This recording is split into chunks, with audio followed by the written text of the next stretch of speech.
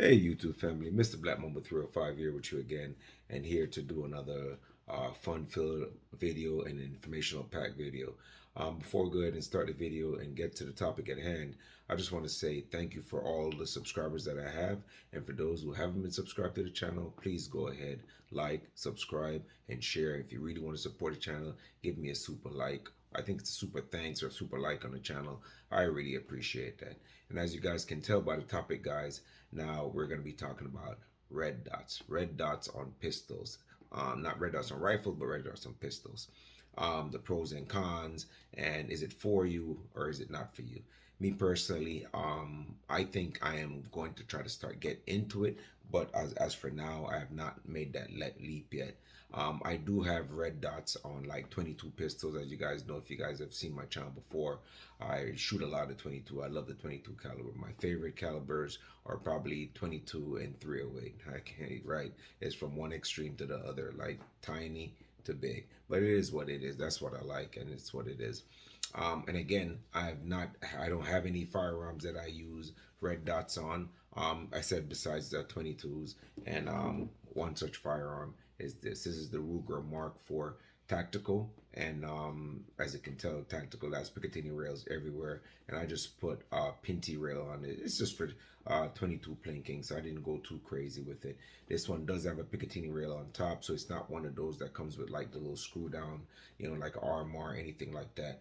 Maybe in the future, Ruger will make something like this where it has like RMR, like RMR footprint or something like our Olosun or something like that.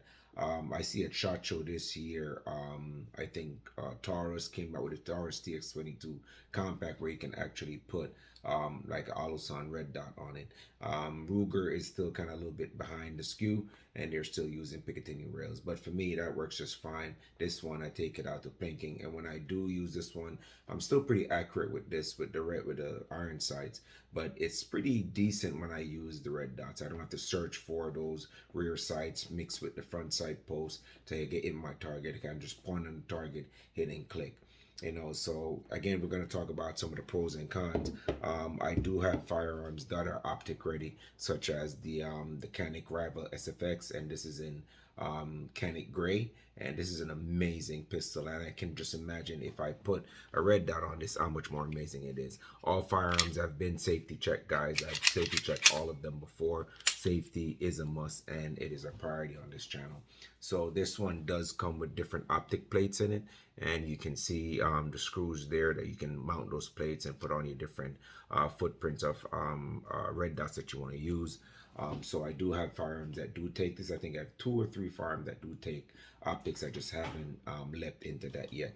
And as usual, we have the good old regular ones that don't take optics. I am equally as accurate with those as I am with red dots. And the reason why I say that is because even though I don't have firearms with optics, I've shot quite a few optic firearms that have optics on them, so I know I can shoot pretty well. The problem that I have with that is that it takes me a little while to find a red dot. And that's just my experience. All right, so so far, basically what I'm saying for me, I've not crossed over, and I'm open to see what it feels like to shooting with optics. And but I'm not necessarily sold on it yet, but I'm gonna get my first optic. I might get one. I think I'm thinking about getting the Smith & Wesson 2.0 compact optic ready. So if I pick that up, I might just get an optic with it, and then possibly use that as my carry gun, or I'll get something else. Maybe I get another CZP-10C with optic ready also, and maybe see how that works. But once I do that, guys, I'll definitely let you guys know. All right, I don't want to drag out the video, guys. I just want to get to the pros and cons of this. So the experience that I've had with the optics that I have used, which is, like I said, this is just a red dot on a 22. It has been very useful for me, at least so far. So I don't think that it's going to be hard for me to make the transition from iron sights to optics. It's just a matter of putting in the time. And so we're going to start off with the pros of having iron sights as opposed to just the 3 dot iron sights. The pros of having optics as opposed to 3 dot iron sights, or whatever that setup for iron sights you have. The first pros I'd say you'd have is quick target acquisition, because when you make that dot on that pistol. It is one singular dot. It's not like you have to line up the rear sight with the front sight post, to find your target. Rear sight, you have to look through that peephole or whatever two dot sight you have that there, line that up with the front sight post to make sure it's perfect, aiming at your target. With red dots, you don't need to do that. The dot, once you've sighted in at whatever yard you want to use, 7 yards, 25 yards, or whatever the case may be, once you put that on target, it is fairly, if it's sighted in quite accurately or accurate enough, you're pretty much hitting your target up to about at least 50 yards. At least for me with 22, once I sight mine in at 7 yards, 25 yards, I'm on at 25 yards, plinking cans, plinking golf balls, whatever. I'm good to go with this 5.5 inch barrel. So that's the number one pros I'll say with using red dots. The second one I definitely say is definitely tracking your target. Once it's easier to track targets if you're shooting from plate to plate to plate. Then it's easy just to swing across and put that red dot on that iron or down that plate or that target. So it helps you keep your eye on the target a lot quicker, as opposed to you're moving around in a competition or you're just plinking from target to target to target, and you have to line up the rear sight with the front sight post just to find that target. So it helps you, drastically helps you when you're transitioning from target to target and tracking those said targets. Another thing that I find when I use this is based on my experience just using this 22, and I'm assuming that it translates to also when you're using that on a carry optic, if you're going to use that in like a everyday carry. Another pro that that I can see comes out of that is the fact that you can shoot better at longer distance, as opposed to again lining up the front and rear sight, pointing at that target all the way out to 50 yards or 100 yards or however far you guys are going to shoot. The red dot just makes it so much easier. It's a singular target. Again, you pointed at the target at 50 to 75 yards at distance, at least for a pistol. If you're shooting anything over 14 yards, 50 yards, 25 yards, 50, 75, then that is distance for a pistol.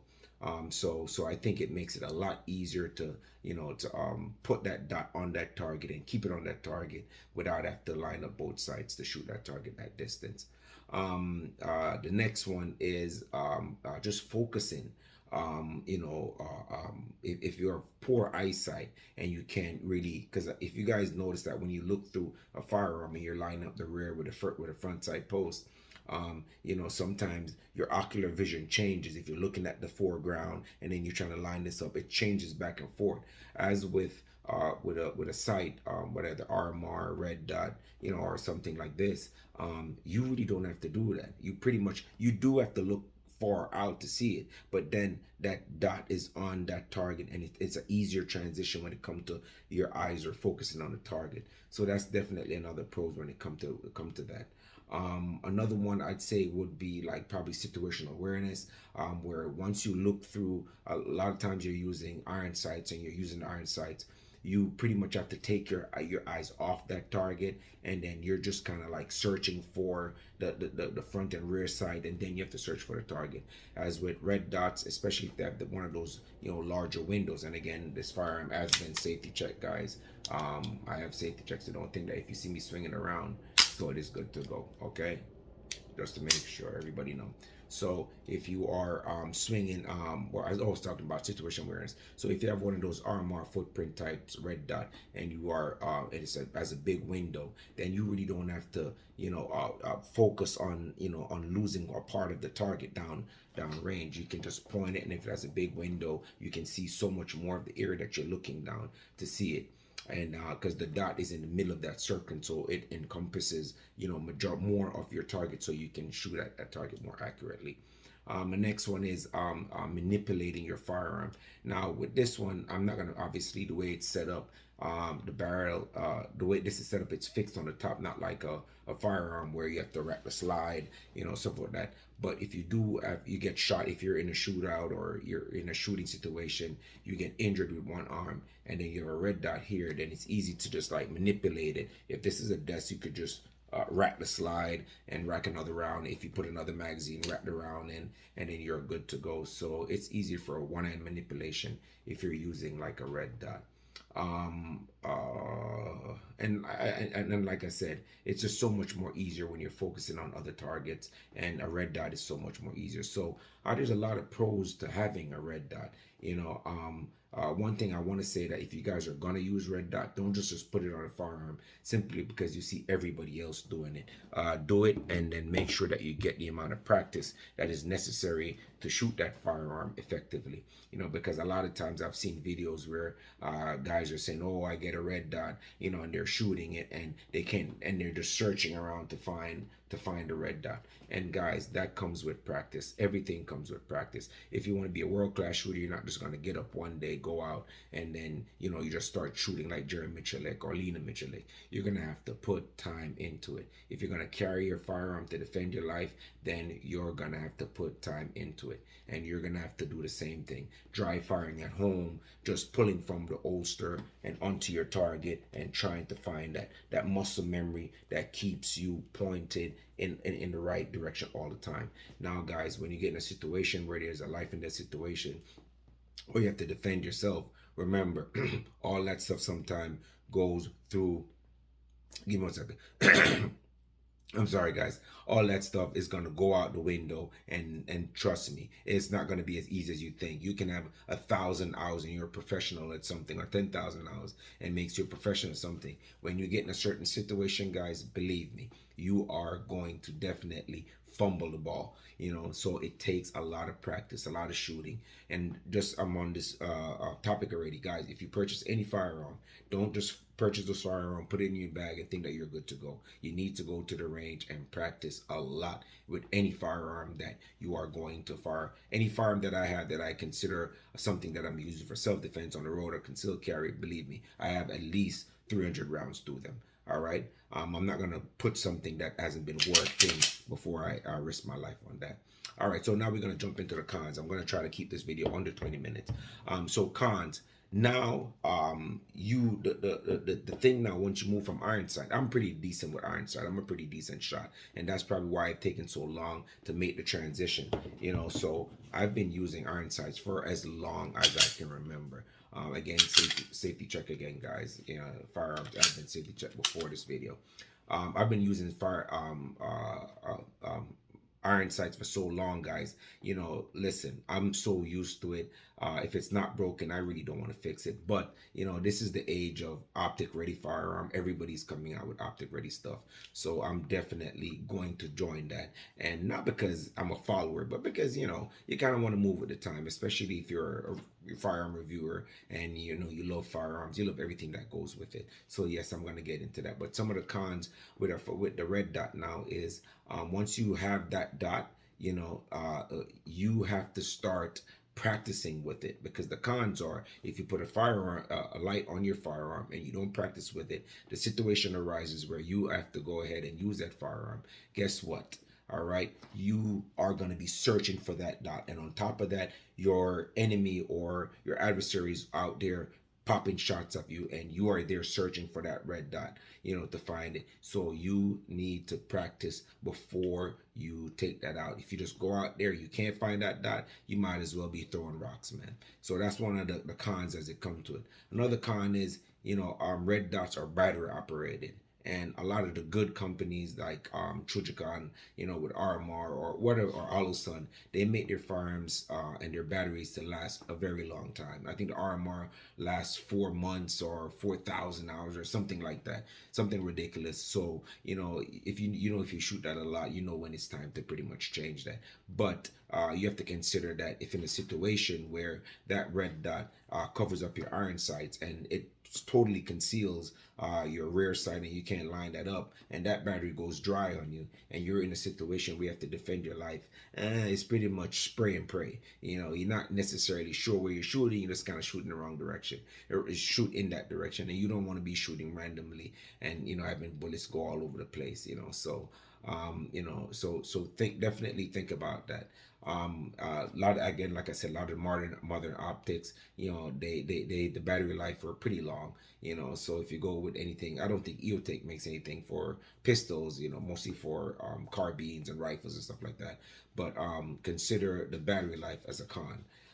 Next con we're gonna talk about is, yes, it's going to cost you a lot, you know, to actually get proficient with red dot on a firearm, simply because you're gonna have to go to the range, and it's not just 5 or 10 rounds. It could be 100 round, 200 round, 500 round, 1,000 rounds before you start getting proficient. And I'm not talking all in the same day, but over a period of time, you're gonna, and to buy 1,000 round of 9 millimeter is about $300. You know, so that can cost you, you know, a pretty penny. You know, so think about it. That's one of the cons. You're gonna have to put in a lot of hours of practicing, and I wouldn't even call that a cons really. If you're shooting, you're enjoying yourself. So for me, that's a definite pro. I get to spend more trigger time by my firearm, but it, you know, gonna have to put that time and put that money and get more proficient. And because especially if you're gonna use it as a carry weapon or something to defend your house, it's gonna cost you some money to put into that. And not only that, you have to, the dots are expensive. You know what I mean? They cost money. Imagine spending $600 on a firearm, $200 on a light or laser, and then you have to spend another $300 on a red dot. Hey, you know, that's another con to it. You know, so it's a lot of money into ammo and paying for the dot themselves. And that brings me to, and that was kind of one of the cons, as you know, using red dots over iron sight, is you have to spend another $200-300. And to get a decent sight that you want to use to defend your life, like an RMR or all of a sudden, that's going to cost you at least $180. It's just what it is. You know, just you know, finding the right site, you know, that's not super expensive but has good quality. So think about that when you do it. So another one of the cons is, you know, a lot of obviously most red dots that you use, they're going to make from glass. And as you transition from cold weather to a building that's been cold, and you go outside or in the freezer or you go back outside, those glasses are going to get foggy, guys. So, and if you arise in a situation where all of a sudden now you have to get in a situation you have to shoot, and that lens is fogged up, now you can't see anything. And again, here we go, spraying and praying, trying not to hit any innocent people, and you put yourself at a disadvantage. So that's another thing, another con you have with the red dots. Another con I'd say will be that you know, guys, red dots don't make you more accurate. You know, whether you want to believe it or not, I've shot thousands of rounds in 22 and red dot, and it really don't make you more accurate. It's a little bit like cheating, you know what I'm saying? Not really, but it kind of is. You know, if you lose that red dot and you have to rip that off, or for whatever reason, and you have to go back to iron sight, if you sucked at iron sight, you're gonna still suck at iron sight, and you're not gonna be accurate. So I'd say make sure you practice as much as possible with iron sight and red dots, just in case that red dot fail, because they can fail. It's mechanical. The gun can fail, the dots can fail. The battery can go dead. You can put a brand new battery in it, and you probably rack it with the red dot. You might break that thing, or just knock the battery out of place, or shift the point of aim, or whatever it is. You know, so that is one of the cons with red sight. Good old, you know, Kentucky windage, you can never beat that, man. So think about that. Another con, I wouldn't even say it's a con, I'd say it's like a pro and a con: dry firing. You know, I don't, you know, people back in the days used to say that if you dry fire, you can mess up your hammer or whatever it is. So, dry firing with a red dot can be a pro and it can be a con, because you can use it and mess up your firearm, but you can use it and help you, you know, to draw and point and find that red dot. It can be a pro also. So those are my pros and cons for having a red dot on your firearm. I'm not against it, guys. I'm definitely for it. But if you're gonna be using a red dot on any firearm whatsoever, guys, remember you have to practice, practice, practice, and you might not become perfect, but you might become more efficient at it, guys. That's all I have for you for today. That's my opinion about red dots. As soon as I purchase another firearm and I'm about to put a red dot on it, I'm gonna take you guys through to the journey from me purchasing it, installing it, and going out to the range and see if I get any more accurate. Guys, if you like my content, I try to make this video super short, but it ended up going into like about 20 minutes. But if you like this video, you like my content, go ahead, like, subscribe, and share, and I'm gonna really appreciate it, guys.